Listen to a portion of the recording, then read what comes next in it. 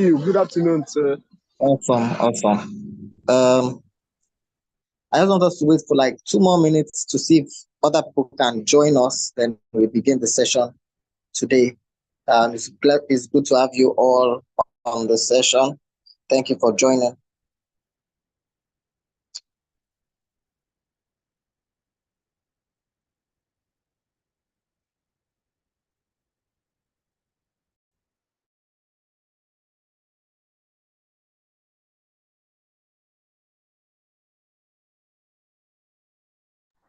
All right. I also want to implore everyone to kindly let us share this link across so that we can have other people joining us again tonight, so that we can have a lot of people learning together because we have tangible resource persons on the call tonight. Thank you. Please kindly share across the links so that we can have multiple people coming in. Thank you.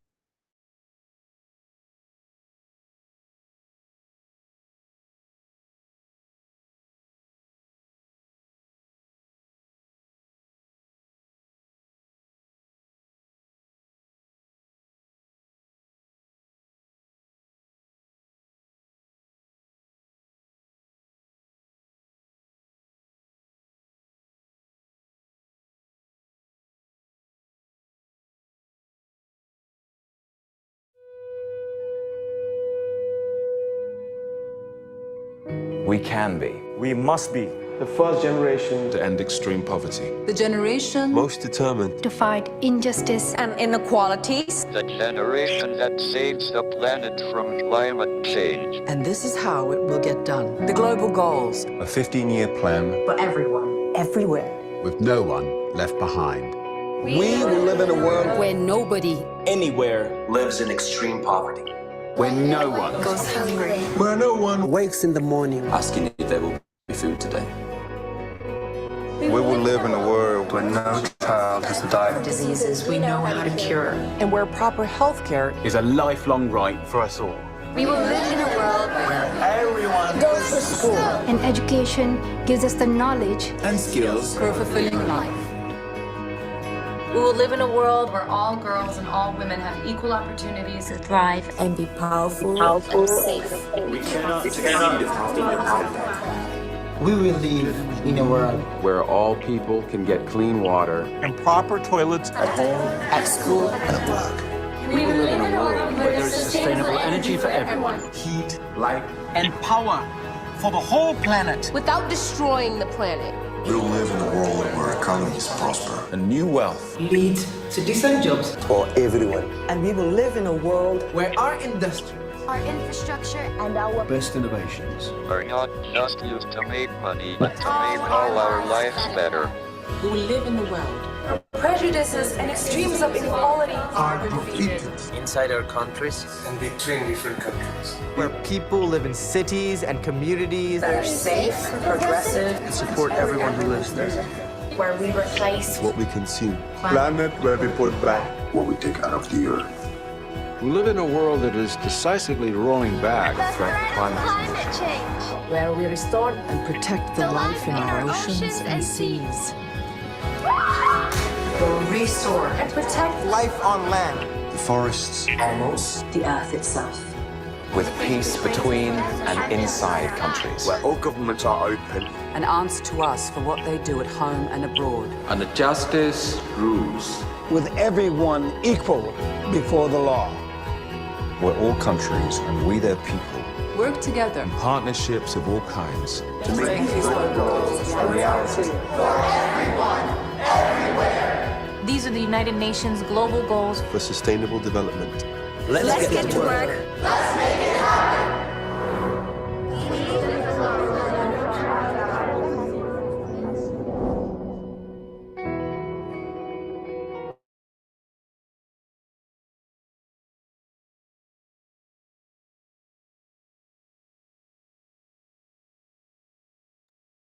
All right.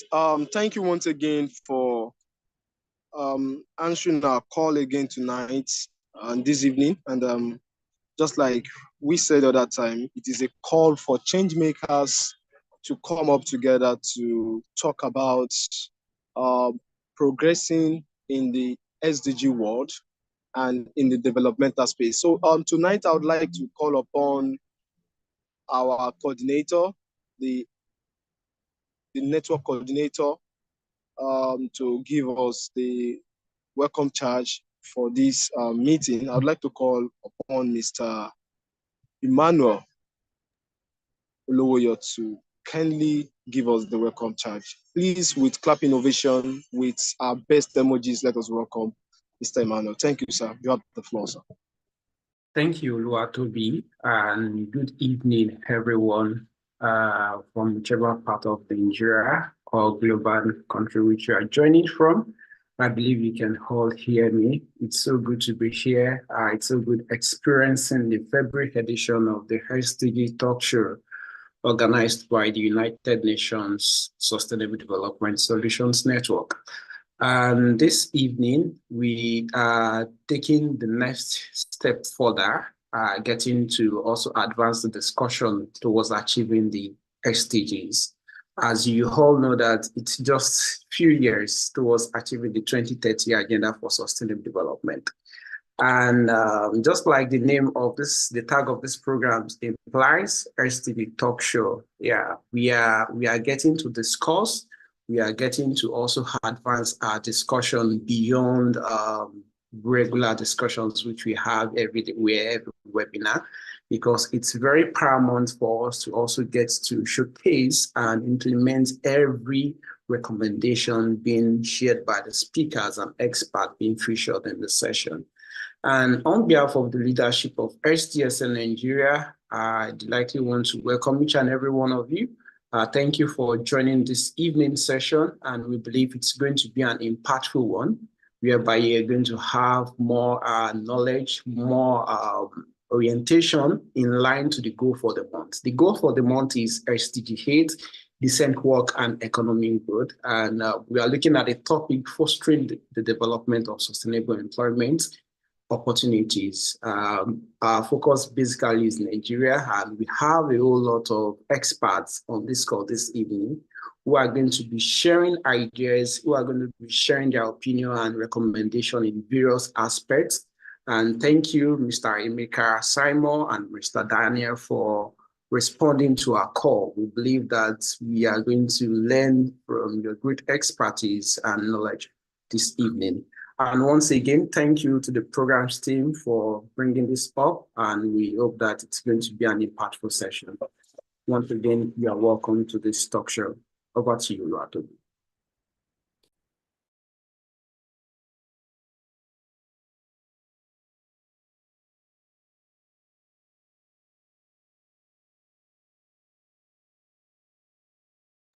Luatobi, are you there?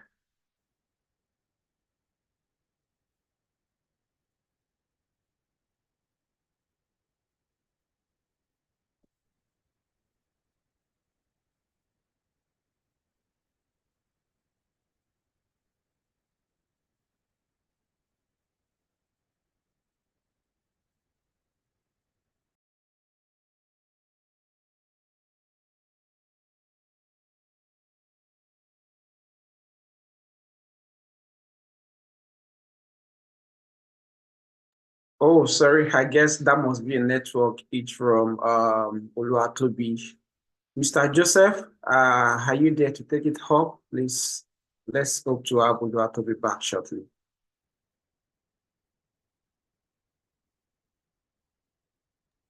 Yes, so it's possible Oluwatobi is experiencing a network glitch at the moment. I'll just quickly give us a brief of the event, what we want to achieve with SDGs Talk Show, and that will be fine. I believe before we are done with that, Oluwatobi will join us. So yes, I know somebody will want to find out what SDGs Talk Show is about. SDG Talk Show is a virtual event put together to increase the awareness of the SDGs and encourage people to take action in line with the global goals. So, of course, the SDG goals are 17 in number, and It's just this event has been put together in a bid to get people to take action towards the actualization of the goals. Yeah, objective of the goals, number one, to get more people involved in the implementation of the SDGs.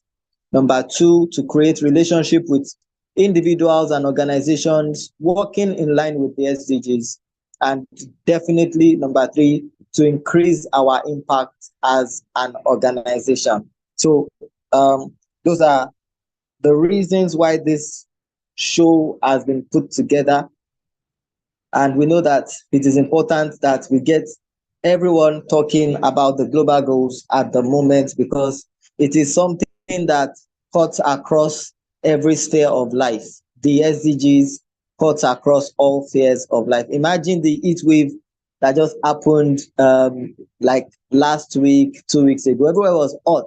People need to understand why that is happening and how they can really, really ensure that they keep themselves in good shape. All right. That is what this is about, getting people talking about the SDGs.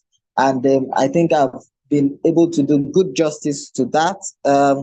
Olua Toby, over to you as we proceed in the show.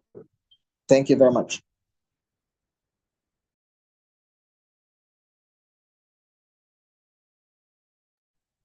Olua Toby Loba, are you here?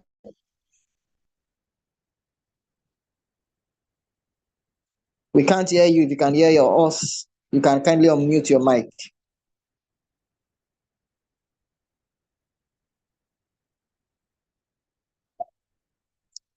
Oluwatobi Loba, are you able to unmute? If not, we just proceed. Okay, all right. I've been trying to unmute myself. I think the setting is actually the reason for that. Thank you so much, JB. And once again, I want to welcome everyone one more time. So just like our coordinator has said the other time, the essence of this program for this talk show is to see that every one of us, we all come together via thoughtful and realistic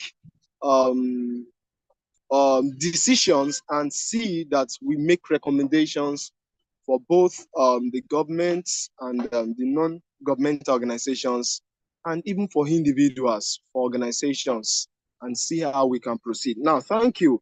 So our panelists, they're actually they are on the call now, and quickly I would like to read their bio to us, and I will be starting from Daniel. Daniel Ade Aja, a popularly known as Dan Partosh, is a multi-dimensional media practitioner who excels in areas such as broadcast journalism, podcasting, YouTube video creation,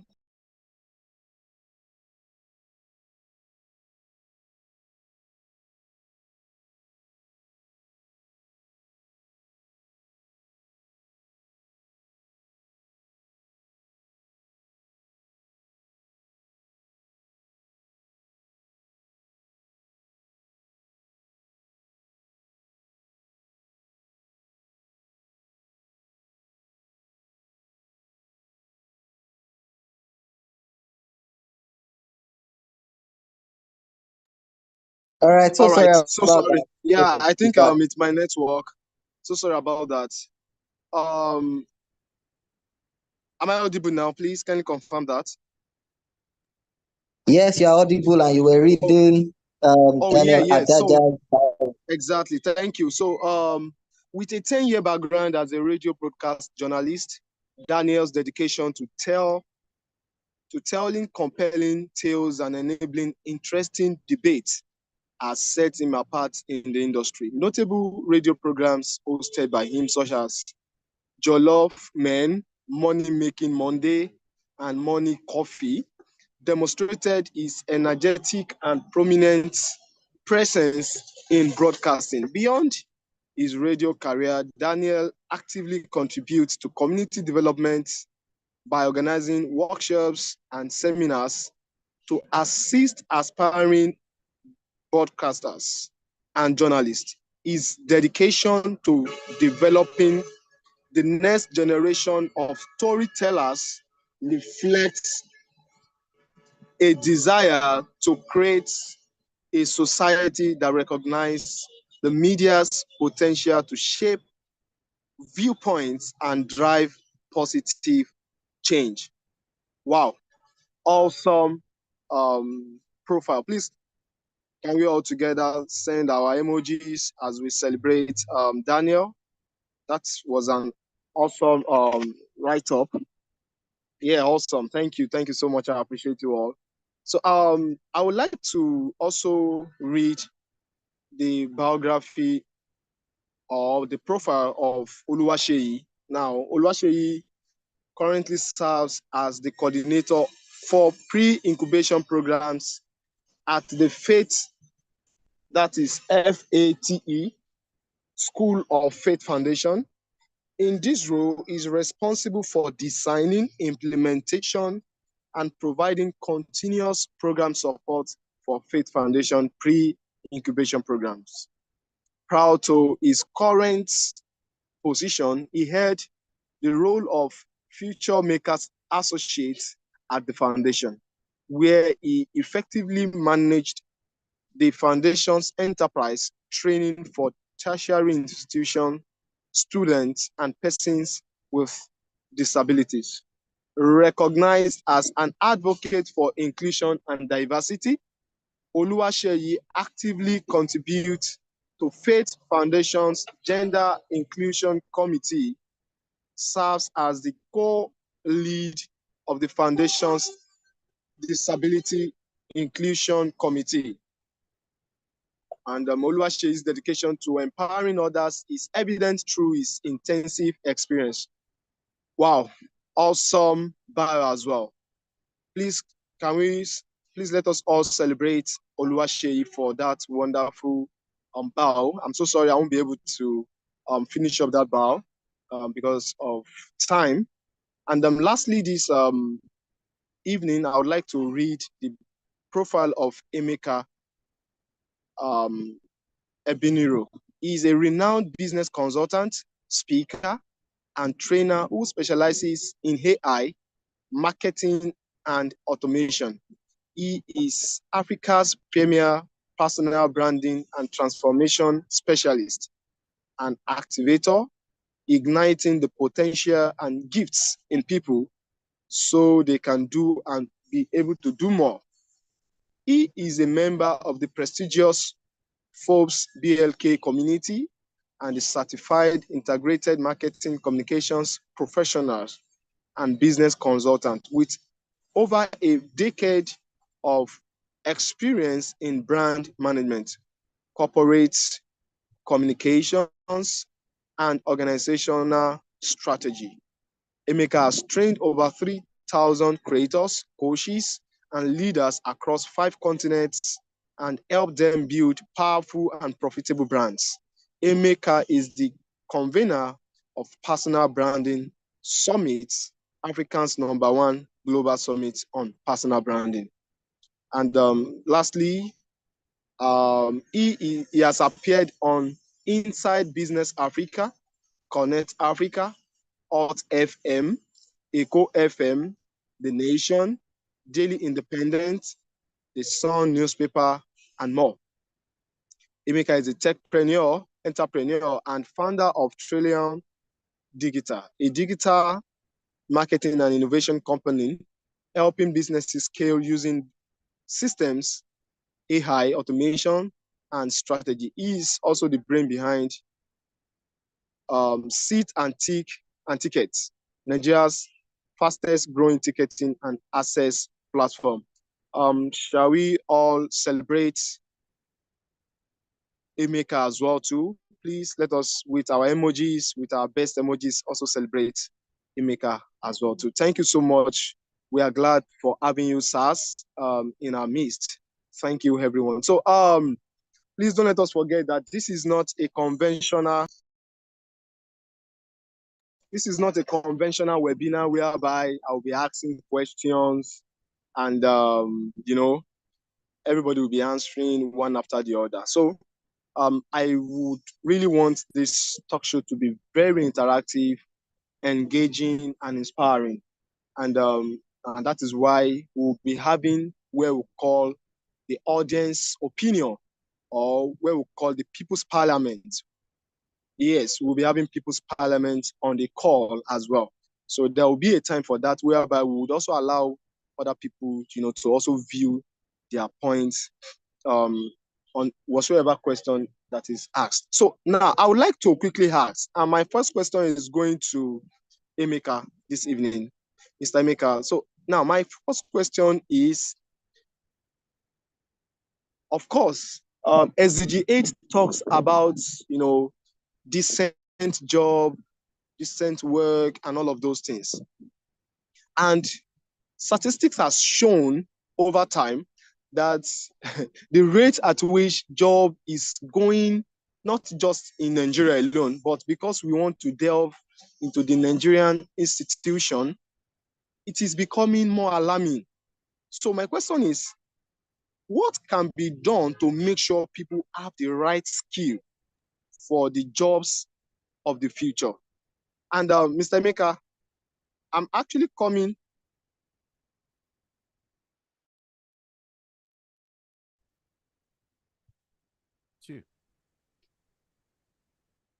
Okay, sorry. I'm actually coming into this because I've seen that you are a business consultant and you are a tech person. So did you understand that question? Please, did you get that question? Yes, if I heard you, excuse me, heard you clearly, you said that at an alarming rate, there's a reduction in jobs that are available, and the government and also the private institution, what are they doing to combat this situation? Did I get that clearly? Exactly, yes. Okay, fantastic. So from what I understand, looking at the trends and also what I believe is in our favor as Africans or as Nigerians, I think the number is in our favor. What do I mean by that? We have the numbers. We have a large population. Yes, some people might think that that is a disadvantage, but I see that as an advantage. And why do I say that? I say that because it will be easy for you to set up a business using the new technologies that are available and scale that business quicker than some other person in another part of the world. It will also be easy for you to get access to the market because you have a large number of people that most likely would need that solution that you provide. So I can give an example. We know that job rates is reducing. However, if your solution is to get people into employment, do you think people will want to subscribe to that solution? I believe that would be a yes, because everyone needs a job. And now you are telling me that you can get me a job. I want to listen to you, And the beautiful thing about this is you can do this easily using the new technologies that we have. You don't need to go into so much coding and all that, but you can do it easily using the new technologies. There are AI technologies, there are no-code tools, and there are quite a few tools out there that you can use to set up your own small recruitment or referral agency, as the case may be.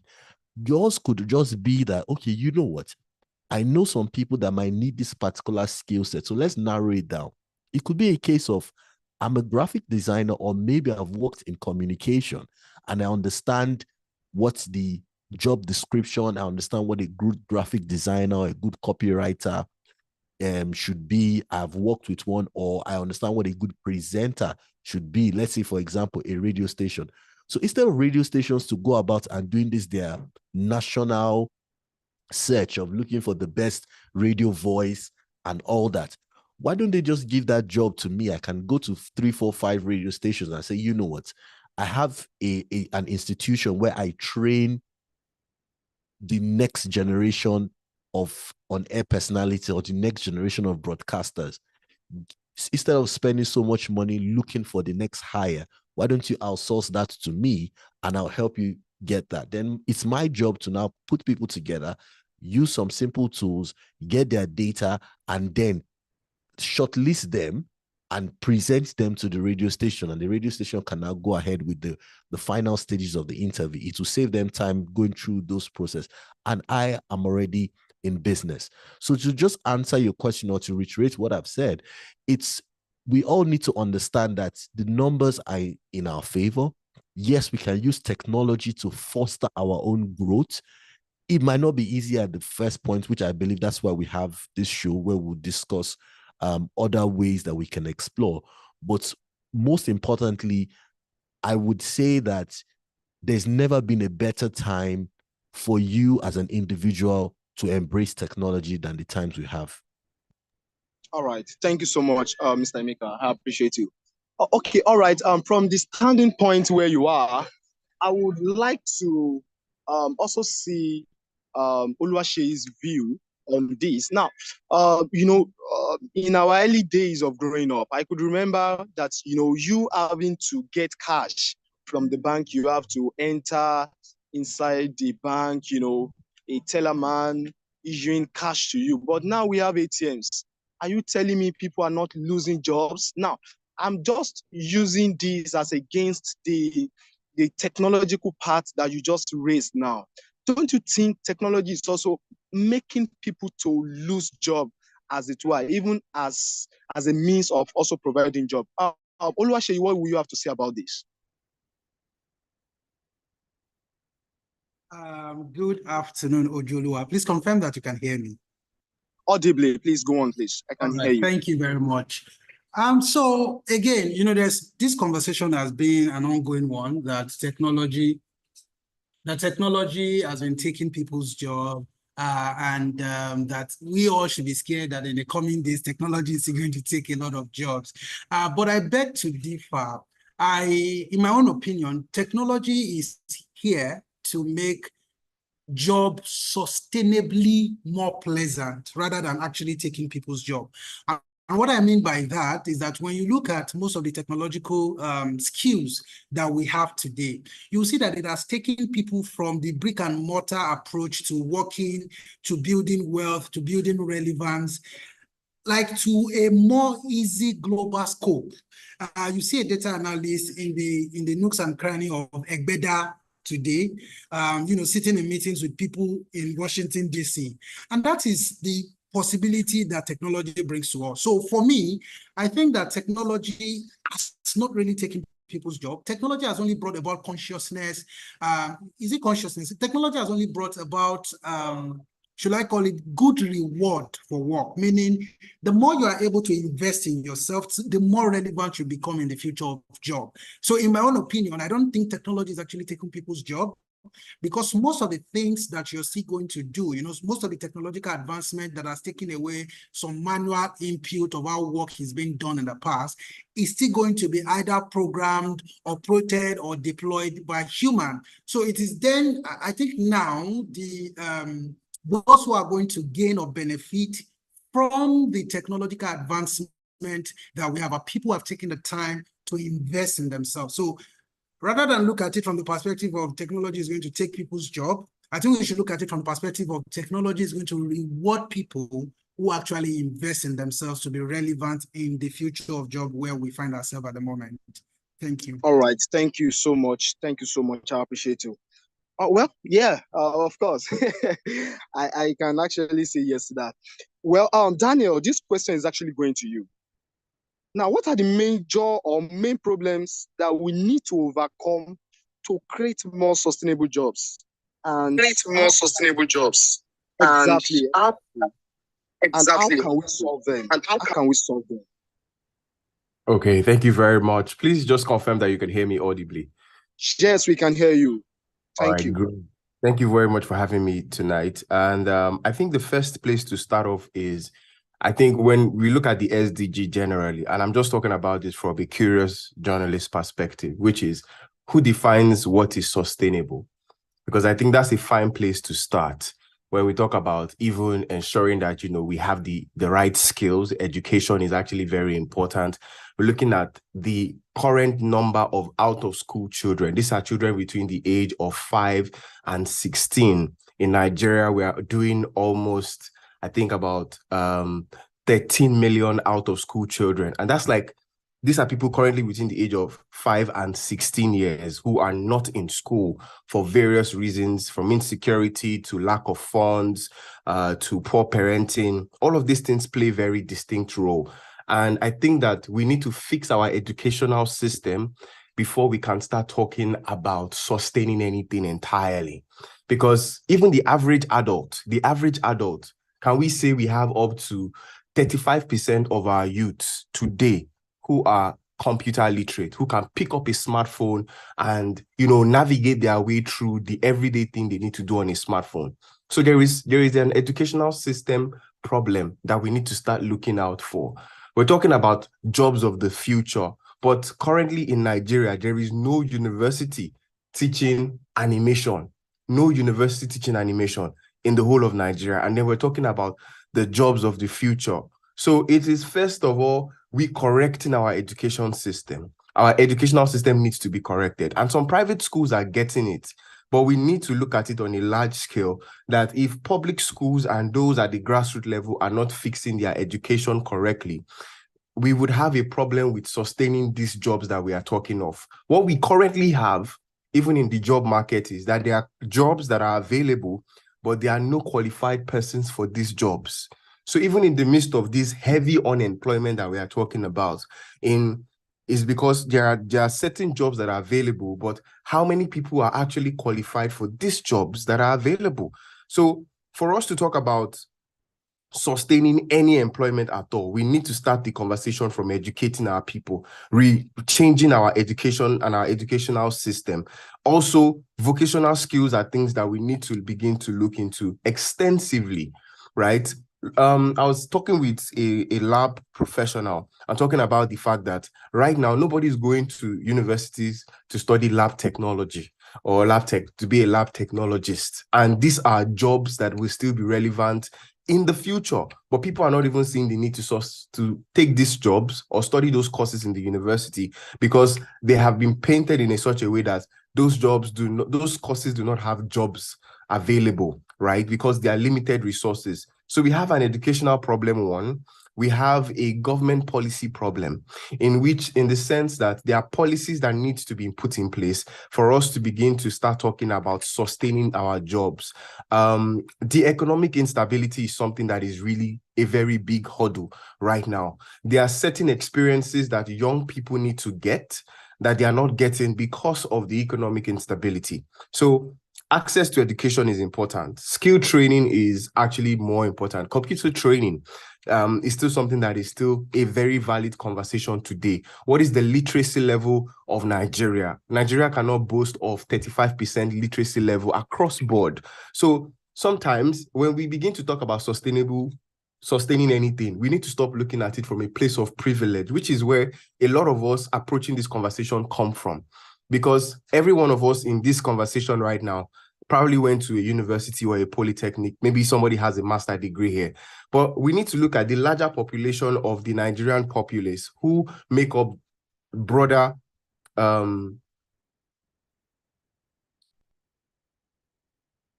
okay, can you still hear me? Yes, we can hear you.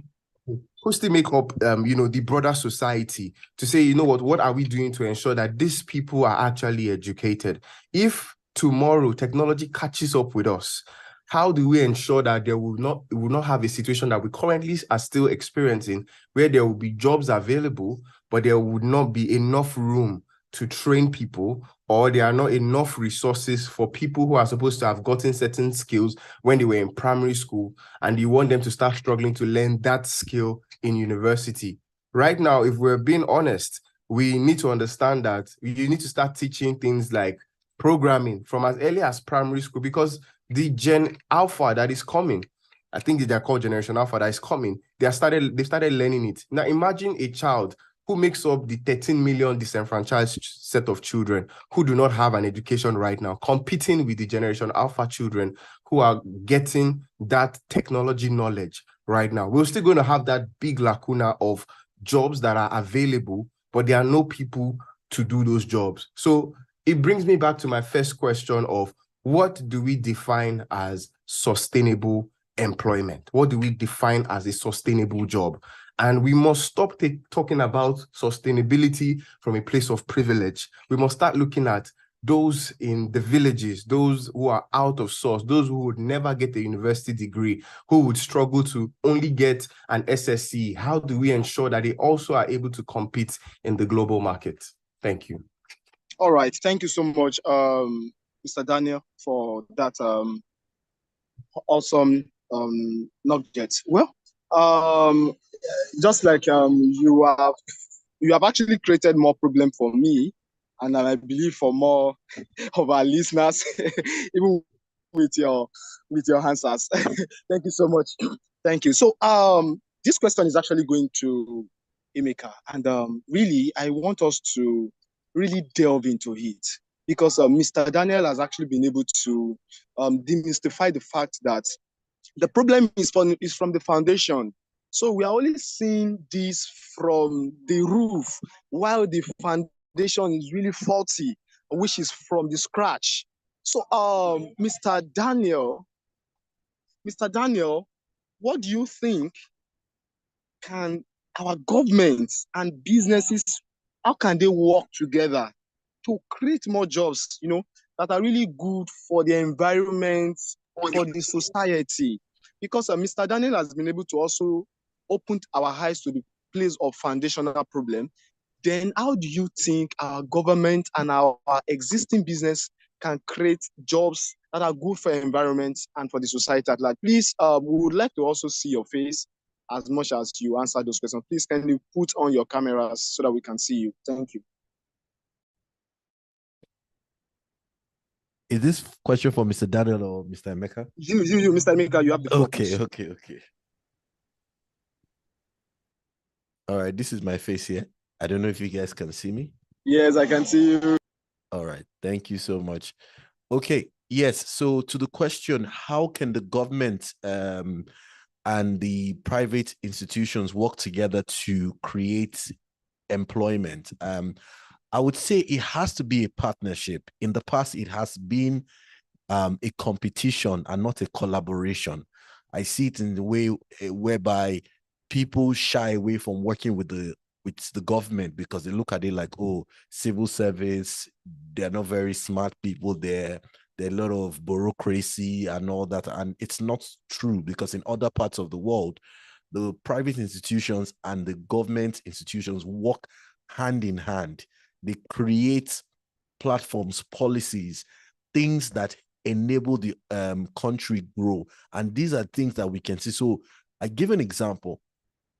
In ensuring that we have more economic development, the government can partner with private institutions by creating, for example, buildings, by funding such projects while the private institutions will manage it. So you need an incubator. What's an incubator? An incubator is basically a place where you, like for the word, incubate ideas, you incubate businesses. So the government can partner with private institutions whereby the government will create such buildings, those type of incubators, and then partner with private institutions that will use those buildings to train people to become, just like what Mr. Daniel said, become computer literate, start learning how to code, or go into things like cybersecurity. These are things that the government and the private institution can partner together. Another thing that the government and private institution can do is, which is just an extension of what I've said, is, so for example, you're a private, you're a professional and you know how to code, or you know how to do graphic design, or you know how to do maybe project management. Now, the government can provide the facility and then pay you to train 100, 200 people to have the right skill set that makes them market ready and the market wants to employ them. That is how we can partner.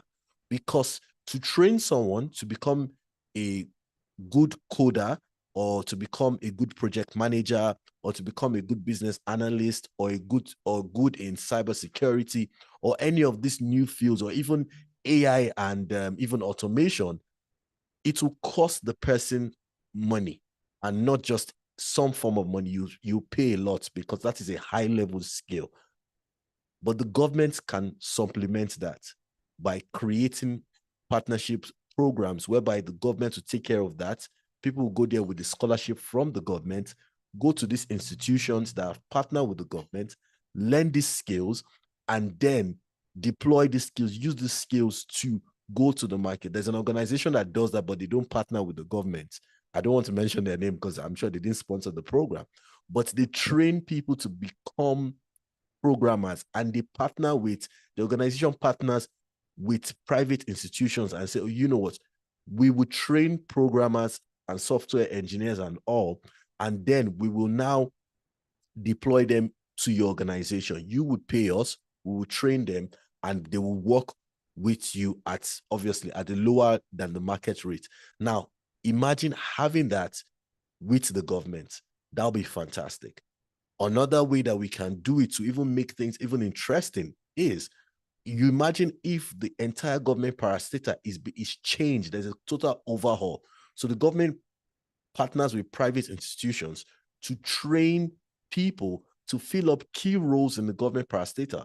And after you've undergone your training, you now move over and get jobs, or you get hired by the government, whereby you can now deploy your skills. So these are the ways, these are just a few ways where the government and private can partner together to ensure that people not only have the top high-level skills, as we call it, as skills of the future, but also ensure that they are employed. And even if you decide that you want to run a business because you have this high-level skill that was made possible through a partnership between the government and the private institution, you still have nothing to lose because you are trained by the best. So I believe this is just a few ways that this can work together. Thank you so much. We appreciate you for that point, Mr. Maker. We appreciate you. So this question is actually going right to Mr. Sheyi. And I was actually hearing Mr. Daniel talking about the statistics for the out-of-school children, of how they don't have access to education, as it were. Now, Mr. Sheyi, please, I want you to help me out with this question, with this. How can we make sure, because, you know, the SDG talks about leaving no one behind. How can we make sure that these guys that we are talking about, or those that do not have access to all of these skills that Mr. Baker has actually mentioned, how can we still bring them on board to also still get a meaningful job, or how can we allow them to create jobs? Now, let me give you an example of what I'm trying to say. Now, we have what we call scavengers. So they enter into our streets and they pick up those tin and all of those things, and we are not even allowing them to do that again. How do you intend, or how do you think we can also bring these guys together? Mr. Sheyi, you have the floor. Thank you. Thank you very much. Please confirm that you can hear me. Audibly, we can hear you, sir. And we can see you as well. Yes, thank you. You can see my handsome face. All right. So very wonderful point from Emeka and Daniel. Very amazing point that you have dropped. And I think it was, I'm trying to remember now, it was Daniel that started his conversation by asking what exactly, in what context exactly are we defining what is sustainable? Because that is where we need to start from. So what you just mentioned now, you know, from the top of my head, I'm just thinking, using the example that you cited, we have scavengers who go around picking stuffs and all of those things. And if you want to look at the Sustainable Development Goals, one of the goals that people are pushing the most today is the one around protecting the environment, you know, taking away plastic waste and all of those things. So it means that even these scavengers, people that are off-taking from them, claims to be those who are after sustainable development goals. But then we need to, backtrack and be more responsible in our interaction with these people and even the environment at large. And this is what I mean by that. What an average, what do you call them now? Sustainable environment guy will do today is to tell you, you have waste, whatever, pick it, come and drop it, you get a certain amount of money and all of that. But there is a level of knowledge that you have, there is a body of knowledge that you have that is making you to do what you're doing. So beyond just having the scavengers pick and come and drop bottles, come and drop plastic bottles and all of those things from the society, do we also want to look at how we have a system that helps them understand, because these guys are picking these bottles not because they like the environment, not because they know what those bottles are going to do to the water body, not because they know what this product can be reused for. They're picking it because they're just looking for something to sustain themselves, to keep spirit, soul, and body together. So how about you let them understand what the Sustainable Development Goal even says about what they are doing, and how, and the key point or the key role they are playing in this ecosystem. So if you do that, to an extent, it opens their mind. This is you working on their mind. And the truth of the matter is, regardless, it is not a matter of what people have or what they lack. It is a matter of what is in their heart. Because a lot of these people have actually been, like, they have enough to be able to create something sustainable for themselves. But because it's just for them to pick the bottle and do one or two things and get out. But if they have the knowledge of what the role they are actually playing, if they have that knowledge, it can be easier for them to have an open mind, to be more creative, and then create sustainable income for themselves, such that we are able to pick quite a number of people off the street. And that is what I'm going to say. And I think that when you look at, there's this project that keeps coming to my head. I can't remember the name of the project, but there's this guy that picks children from the slum and teaches them how to play chess. So look at that kind of initiative. So if we can drive that level of initiative into some of the things that we do, and you are not just looking at creating jobs, you are looking at working on, okay, slum to school, thank you very much. So you're not just looking at creating jobs, you're looking at working on people's minds. So the people, the folks, the scavengers that are picking bottle on the street, you are letting them know the role they play in the ecosystem. And when they know how important the role they play in the ecosystem is, it opens their mind up to possibilities. It opens their mind up and unlocks their creativity. And I think this is one of the ways that I think we can use to pick some of those guys on the street, create a sustainable job for them, and make them become job creators themselves. And the last thing I'm going to say is empathy. So a lot of us have a lot of initiative that we do in our, maybe as an individual, or maybe as member of whichever organization that we belong to. And we do some of these things, we carry out some of these things from a sympathetic point of view. Sympathetic point of view is you looking at the person and in your head creating solution that you think is fit for them. An empathetic point of view is you looking at them, having conversation with them, designing a user-centric solution to be able to come up with something that is going to fix the problem in the context of the problem, not just what you think is right for everybody, but in the context of the problem. Because if I have an NPC close to my house, I'm able to buy petrol for 568 naira in Lagos. Someone that doesn't have an NPC close to their house, they are buying fuel for maybe around 600 naira, 628 naira, and so on and so forth.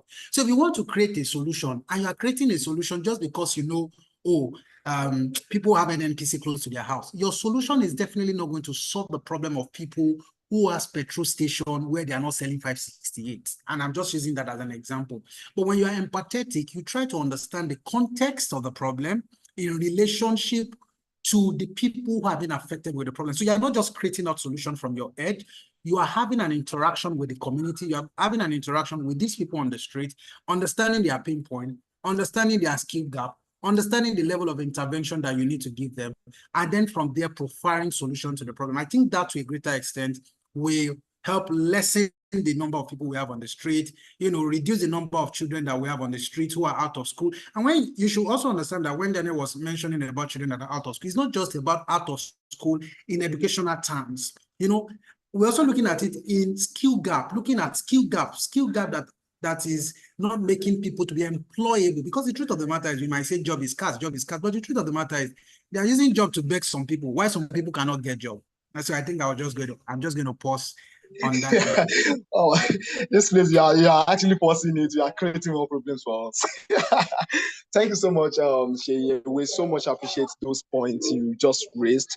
Now, well, I think this talk show is getting more hotter. Please, if you have questions, please you can type it or send it in the chat box. We'll be taking your questions, and definitely you will also be given opportunity to also to rend your own voice. Now, this question will be our last question, and this question will be going for everyone. But I'll be starting with Daniel.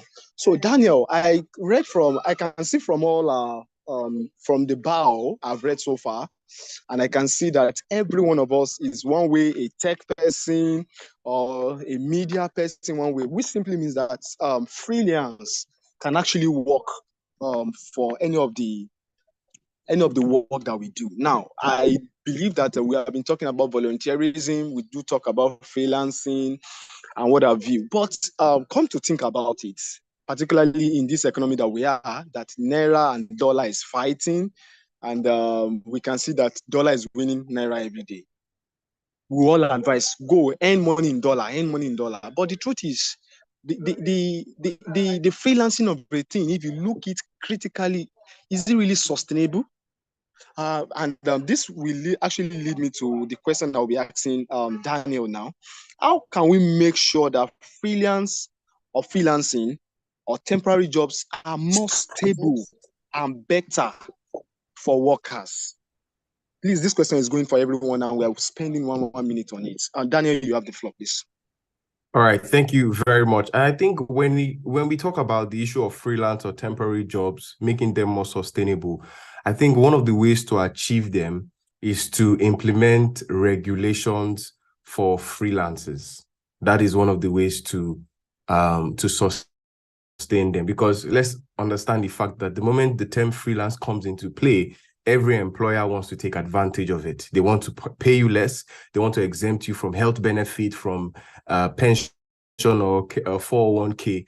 They want to exempt you from this thing. So the sustainability of any freelance work comes from regulations, which is the major part, I think, that the government needs to come in, which is creating regulations. Because in Nigeria, I know you're talking about it, but there's a large population of young people who are working freelance who do not have pension, who do not have an investment plan, because some of them are making every money and they have to spend everything every month. So when you work freelance, one of the things when you work freelance is employers leverage the loophole of freelancing, which is they don't have to pay you pension and they don't have to cover for your health insurance. And these are two things that are very important to the future of any young person that is working. So sustaining freelance starts from government implementing the right policies that would help sustain the freelancing work, so that if anybody is getting a freelance job, there is something like job security, there is fair pay, because a lot of freelancers are not paid as much as those who work full-time. If you're working freelance, you are sometimes regarded as a contract staff.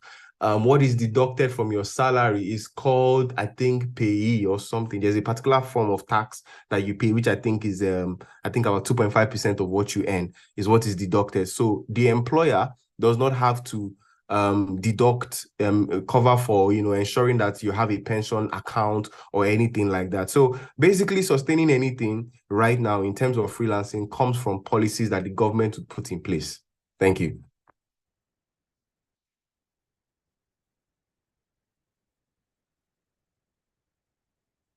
Hello?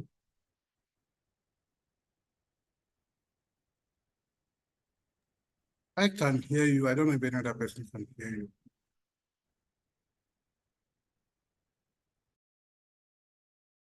I'm talking. I'm done talking to the host. I think he's having maybe a network issue.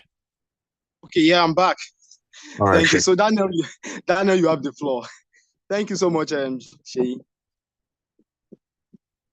Oh, sorry, you just finished. So sorry, there is a mix-up on that. Mr. Shay, please, you have the floor. Just 1 minute to also answer that question from where Mr. Daniel stopped. how do you think freelancing, temporary jobs can be more sustainable to bring about a better life that we all envisage to the freelancer or to anyone that is in it? You have the floor, please. Okay, thank you. Thank you very much. So for me, I believe that the opportunity to freelance is something that creates that platform for you to do beyond what you can earn in a systematic environment. Like when I say systematic environment, I'm saying, oh, for example, I'm in 9 to 5. I'm in 9 to 5, I think that's what they call it.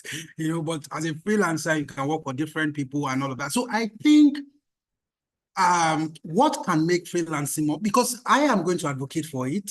I think to a greater extent, it gives you the freedom of time. It gives you the opportunity to earn more. And to a greater extent, it gives you that opportunity to build experience across different industries and clients. So what I think can help people to maintain a sustainable means of income from freelancing is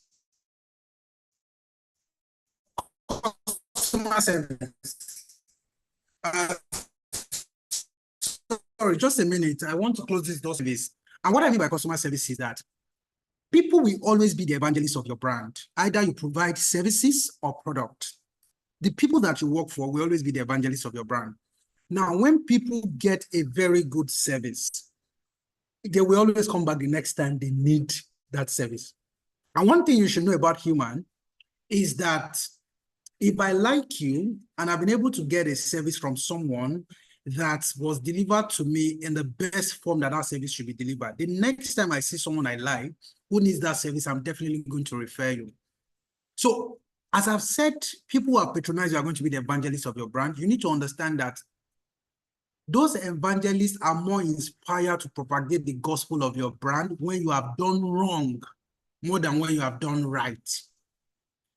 Meaning that they might get good service and not really talk about it that much until when somebody is saying, oh, I want to do this, and they are mentioning it.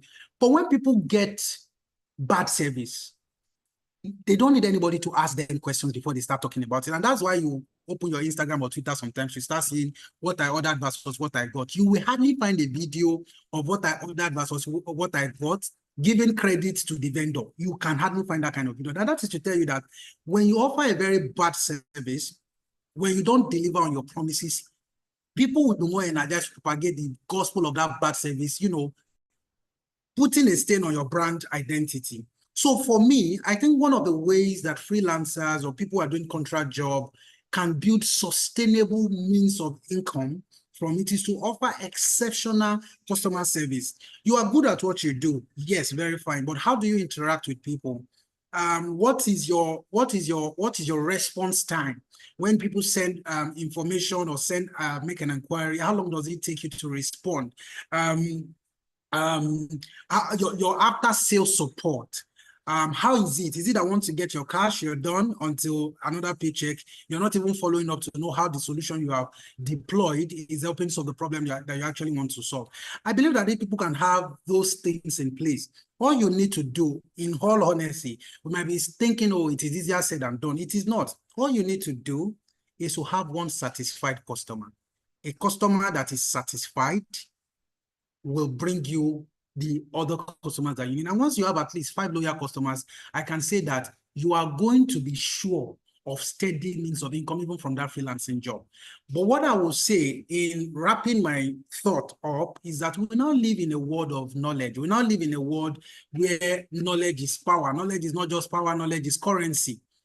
So if you're freelancing and you're doing something that you're very good at, you also want to start creating content around it such that you have, most especially, I'm saying this for most especially people who are rendering a certain service or the other as a freelancer. You also want to start creating, content, knowledge content around it, such that that can also create another stream of income for you while you're not using your time. That can be a means of income. And there are several platforms where you can deploy some of this, your content, the product that you're creating from your expertise as a freelancer. So that's what I think, and I hope that Thank you answers. so much. Awesome, awesome. Thank you so much, Mr. Sheyi. We appreciate you on that. So smart. All right. Oh, so I would like to also hear Emeka's view on that freelancing, stability, and profitability. Yeah, Emeka, you have the floor. 1 minute, please. Thank you, my accurate timekeeper. Okay, for me, freelancing is, I'll call it, the gig economy is the future, and it's not just because it's a buzzword, but because that is what people would most likely be comfortable with. We're getting to the point whereby freedom matters most to people, and not just earning an income. And what does that mean? It means that you want to control your time. You want to spend more time doing the things you love with the people you love, as opposed to being tied to a job, waking up so early and driving for hours, or being stuck in traffic. Now, with that being said, people are beginning to explore areas where it gives them more of what they like. That is who they are, what they like, as rather than just getting the traditional job. So if you have the right skill set, you mostly would want to get a job that would either give you hybrid working conditions or fully remote working conditions, or in this case, you want to be a freelancer. So you want to be able to deploy your services to more than one organization within your 8 to 12 or even 16-hour work day, depending on how much you work. So that is one area that people are beginning to look into, and yes, it's really going to be the next future. Just the same way we find it's not new. People have been doing it. Doctors have been doing it. You have a doctor in a private hospital that is a consultant in a public or a government-owned hospital. It has always been there. Doctors have been doing these things for so long. Doctors have 3 jobs or 2 jobs, as the case may be. So they are freelancers in their own right. And I believe that is the direction a lot of people will go. So just like what Simon said, I could totally agree. What will separate you from every other person, lecturers as well, thank you. What will separate you from every other person is your level of professionalism. Your level of professionalism, how well you can deliver, and also how well you can relate with people, communicate, and then transfer your values and your skill sets to other people. So that's what will stand you out. So yes, that's what I have to say about All right. Wow. Awesome. Level of professionalism. Wow, I can actually take that. So it's quite very important for us to maintain sustainability in whatsoever thing we are doing. Our level of professionalism must be a top notch. Now, we are in the People's Parliament session. So we want to also hear the view of as many as possible, maybe to support or to go against what our panelists have been saying. Of course, everybody has access and freedom to their opinion. So the floor will be open to everyone, and for everyone to also have their own voices to be heard this evening. And this session will just take us 3 minutes or thereabouts. If you want to add your quota or you want to ask a question from our panelists, and definitely you have not been given a chance. Now the opportunity is actually open for us. Please, if you have any question, please kindly raise up your hands. Now, as we also wait for reactions from audience, please, if you have questions, don't forget, please kindly raise up your hand and I'll give you the chance to actually hear your voice. Now, the question is actually coming down to our panelists again before we wrap up this evening. In the world of, we have been talking about sustainable job. We have been talking about freelancing, freedom, feedback, professionalism. Now, I want us to quickly go to the place of green skills. Green skills as also a solution to unemployment in Nigeria. What is your take, and what is green skills to you? Must I go to farm for me to say, oh, I'm cultivating green skills? Let me quickly give, yes, Dan, Emeka is still on the floor. Just 30 seconds to answer that before we give the People's Parliament. Okay, what's my take on green skills? Do you need, if Yeah, I heard you correctly? exactly. Yes. I think it's something that everyone needs to. I don't just think. I think I believe everyone needs to accept that for Africa, that would be one of the ways that will transform the continent. It's not just because you want to be a farmer, but because it's what you have. You know, they say charity begins at home. Beyond oil, what do we have in Africa? We have minerals and we have agriculture. So playing a role in the ecosystem, not necessarily being a farmer or planting, but playing a role. It could be sales, it could be marketing, it could be production, it could be packaging, it could be logistics, it could be anything, or it could just be the supply chain person. Playing a role in the ecosystem is a good thing that you should consider, and it's a good way forward. So that's what I think in 30 seconds.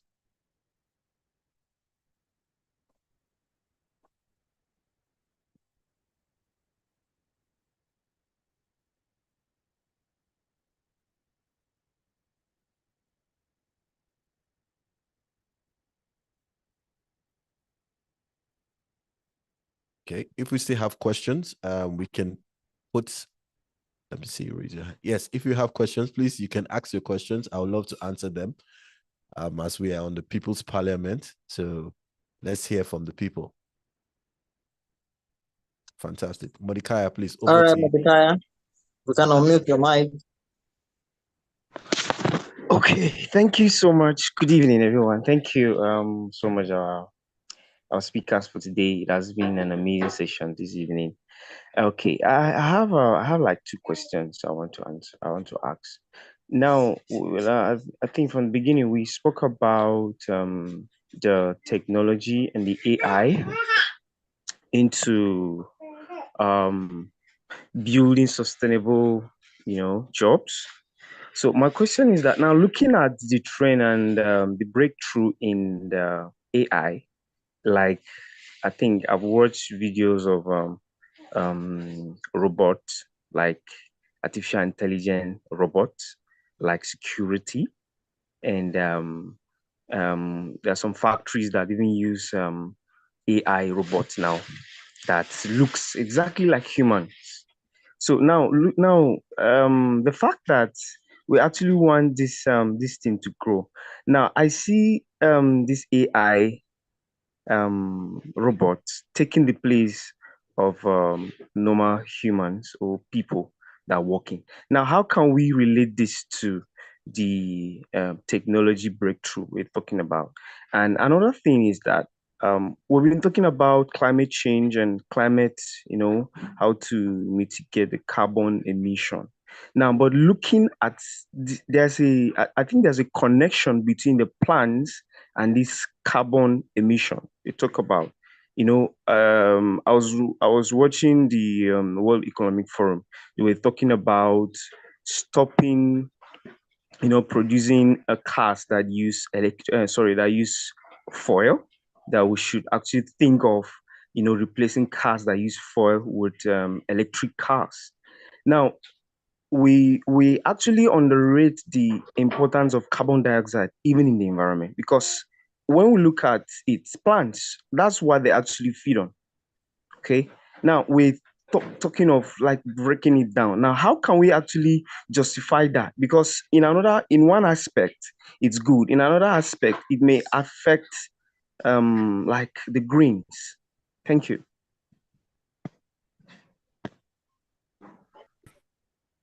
All right, thank you, Mordecai, for that question. So I would actually be directing this question to Shay. What we have to say about this? Sorry, Ojuluwa, I think I dropped from the call for like a minute or two, my network. Could you maybe repeat the question? Okay, all right. Mordecai is actually talking about the place of carbon emission, climate change, and also looking out for skills. I mean, for technologies like electric cars, replacing cars that are using fuel. And he said all of this also relate with plants. He's now asking, what is your view about it? How do you think we can also solve unemployment using all of these combined together? Okay, thank you. So I think that for me, when we have these conversations, I mentioned earlier that we need to start looking at how we can have deploy user-centric solutions, and that's the whole essence of empathy. So for me, I think that when we're having these conversations, we can't be having this conversation on the same platform that some of these Western world are having it. Because when you look at electric vehicles, for example, the assumption is that electric vehicle is going to, to a greater extent, cut down carbon emission because of vehicles, it's going to reduce the number of vehicles using fossil fuels. But we want to look at our reality where we find ourselves. No offense. I hope I'm safe. No offense to anyone. Look at the reality of where we find ourselves. If we want to start looking at carbon emission and how to mitigate that problem, one of the lowest hanging fruit for us to look at is definitely not going to be electric car. It's not going to be electric vehicle. Because in the Nigeria of today, if you are able to put money together and you bought a Tokumbo vehicle of 2005, it is a breakthrough. Now think of buying an electric vehicle.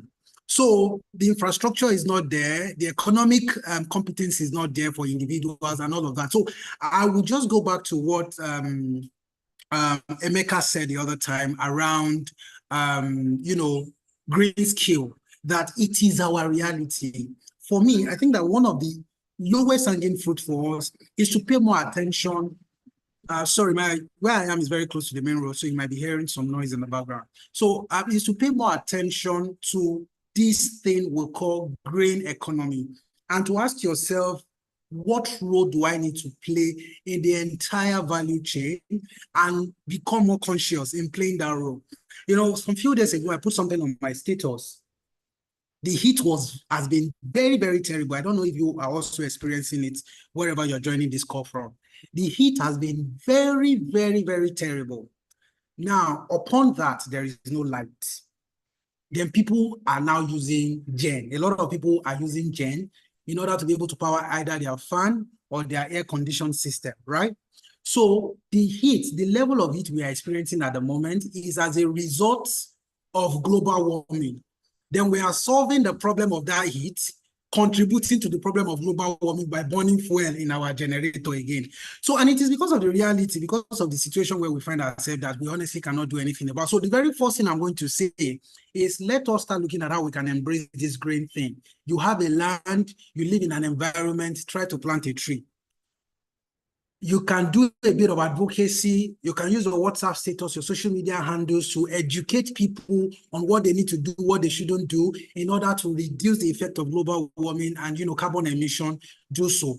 Then let us gradually start looking at how we can embrace some of these solutions that are now present in alternative power sources. Now you have organizations that are making solar panels, solar power solution available to people where there is an instrumental payment arrangement for you to be able to afford those. So we want to start embracing all of those things.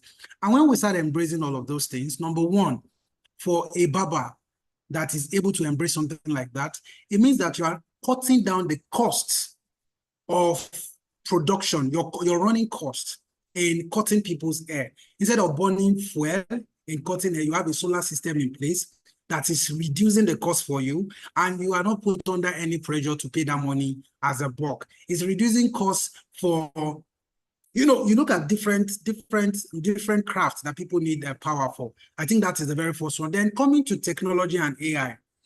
For me, I would say that AI has not come to replace humans' input. AI has come to catalyze humans' creativity. That is what I'm going to say. Because look at it, you have quite a number of applications that people do today, and they will tell you that there are people who actually lifted answers or lifted their essays directly from an AI system to answer their questions. And because of that, the system identifies those kind of responses and is setting them aside, or is removing them, or is flagging them. And that is to tell you that AI in itself is not self-sufficient. I don't know if that is tautology. AI in itself is not self-sufficient, but AI is supposed to spark your creativity. So I believe that AI and technological advancement is supposed to catalyze our creativity such that we can look at how can we leverage on the skills, the resources, the opportunities, the proximities that we have to be able to make the best out of this life that has been presented to us, rather than thinking that they have come to replace human. Thank you. Thank you so much, Oluwaseyi, for your contribution. You are really, really appreciated. I'd also like Emeka to speak to this. Let's hear you very quickly.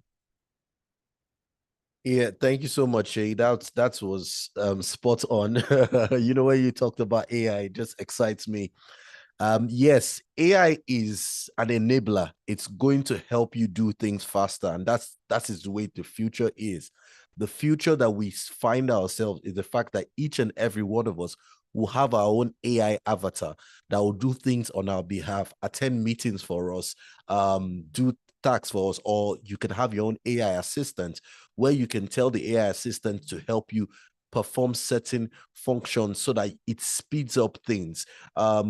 When you have your own AI assistant, imagine you being able to write proposals in like 2 minutes, put together presentations in like 3 to 5 minutes of tweaking here and there, and then being able to have deep conversations with your own AI assistant and brainstorm and come up with ideas that you can present to the world. That will save you a lot of time. So the future we find ourselves, excuse me, the future we find ourselves is the future whereby Africa, or Nigeria in this case, will be those that are willing to run with this SDG mandate. Those that are willing to embrace the truth and embrace it quickly will begin to deploy AI in their current reality. And let's bring it home. Let's bring its content. We're talking about the green economy.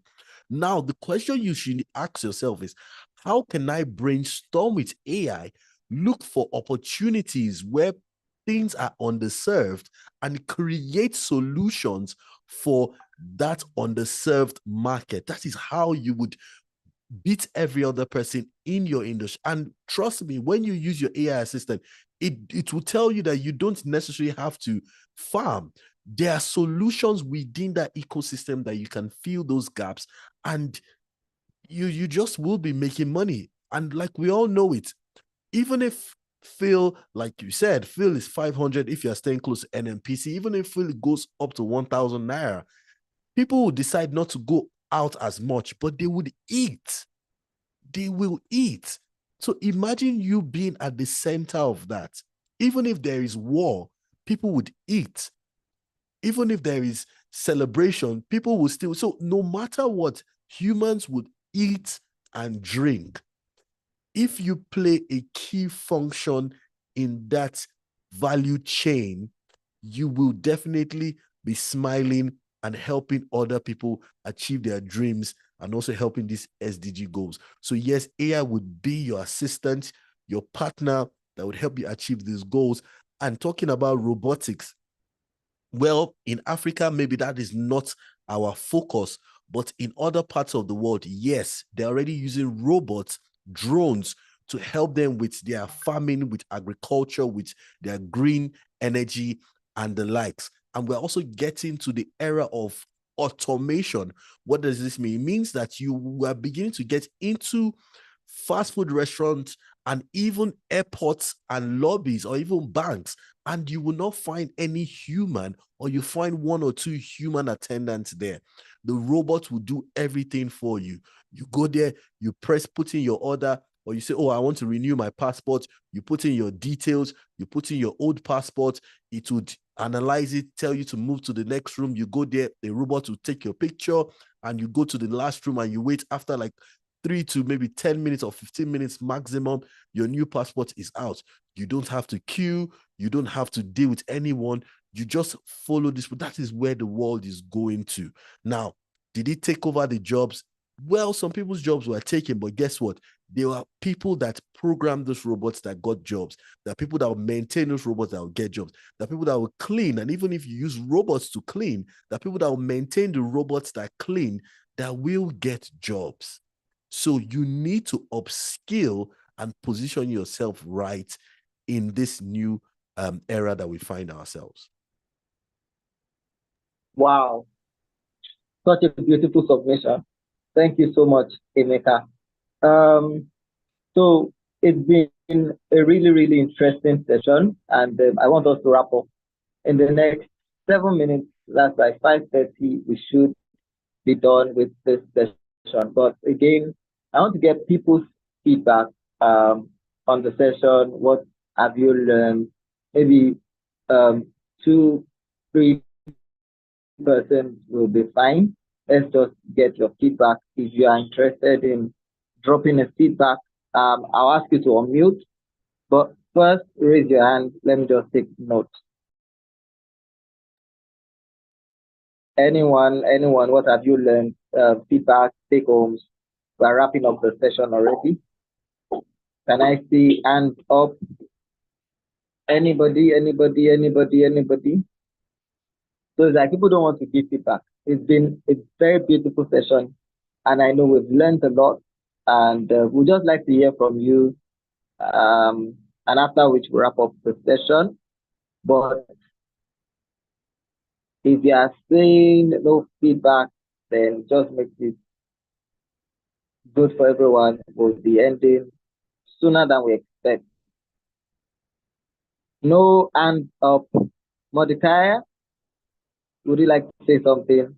A very quick feedback. Because again, if you don't raise your hand, I'll call names. Okay? So, Mordecai, can we have you?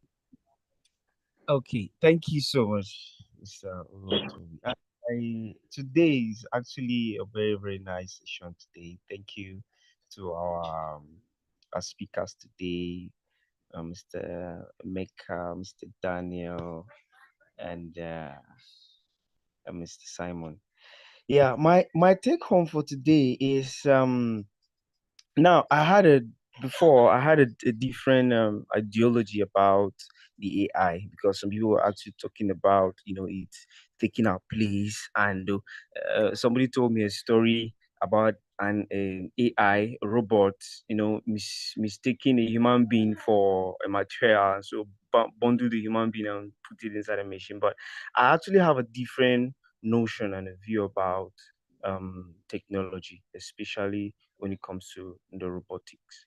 Yes, and also the sustainability, actually, looking at how to sustain your job, to stay relevant, and possibly, growing as the days are changing, you keep growing. Thank you so much. Thank you. All right, thank you, Mordecai. This will be the last person, Oluwaseun Kukuluyi. Can you please give your feedback, your take home?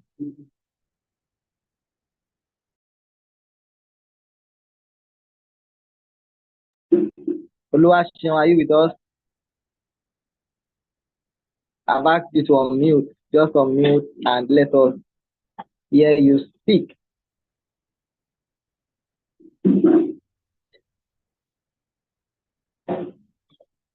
Huh.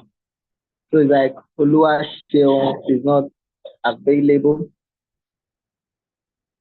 Okay, no problem. Oluwatoyin, let's have you.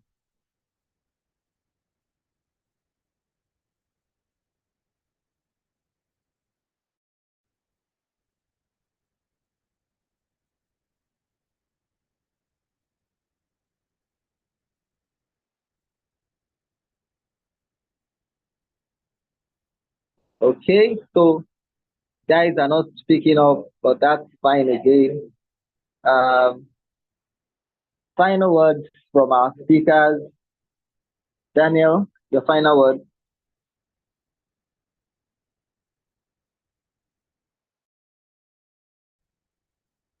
Okay, so my final take on tonight's conversation is that education is important, and that we must all strive to push ourselves. The future is not going to there's not going to be room sort of for excuse in terms of sustainable employment or sustainable jobs in the future, because those of us now who are in this webinar, right now have one of the rarest opportunities to understand that there are going to be jobs in the future, but are we preparing ourselves by acquiring the skills that will be needed for the jobs in the future? We need to not see these things as hard work or as, oh, I'm too old to learn this thing, or this is too hard to learn. We must begin to think of, if you want to have money in the future, what do you have to offer? The current job you do today, think of it and maybe think extreme and say, would AI replace this job in the next 25 years? And ask yourself, where do you see yourself in 25 years? If AI is going to replace the job you're doing now, what are the skills you need to learn so that you would remain relevant, or you have relevance in the future? So let's see this conversation as a push to not be lazy, to learn the skills that are required for us to earn in the future and not blame it on technology. Thank you. So thank you so much, Daniel. Thank you very, very, very much. Oluwaseyi, final word.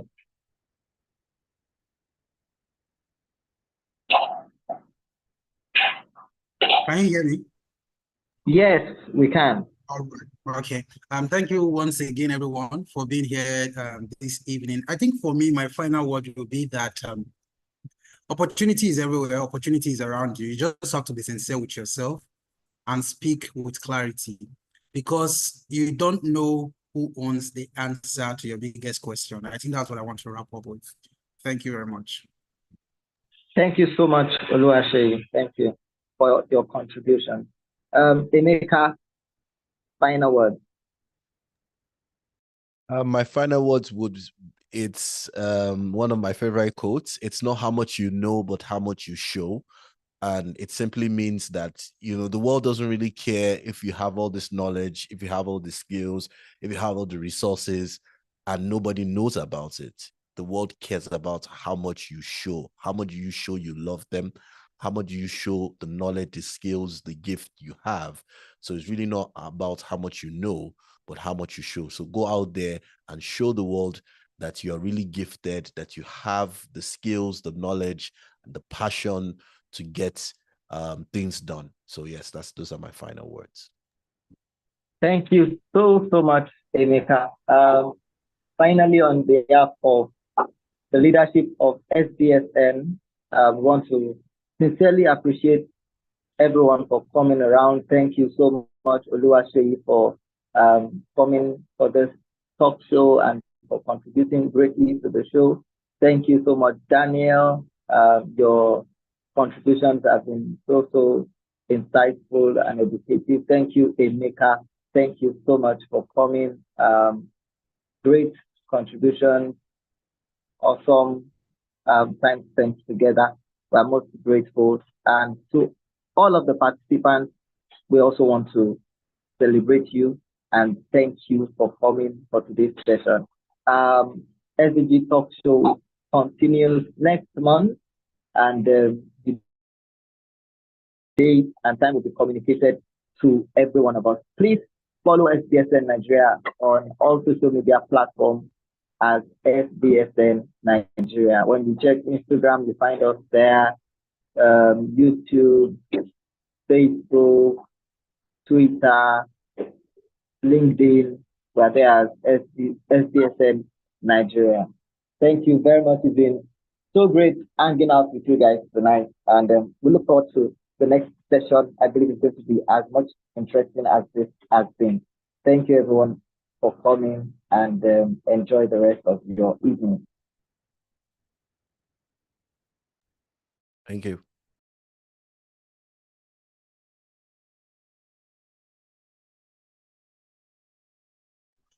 Thank you.